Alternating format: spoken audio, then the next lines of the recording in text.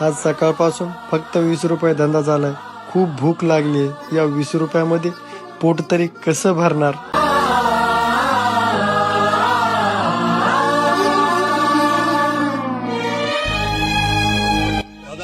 दादा झालं दादा, काय खाल्लं नाही.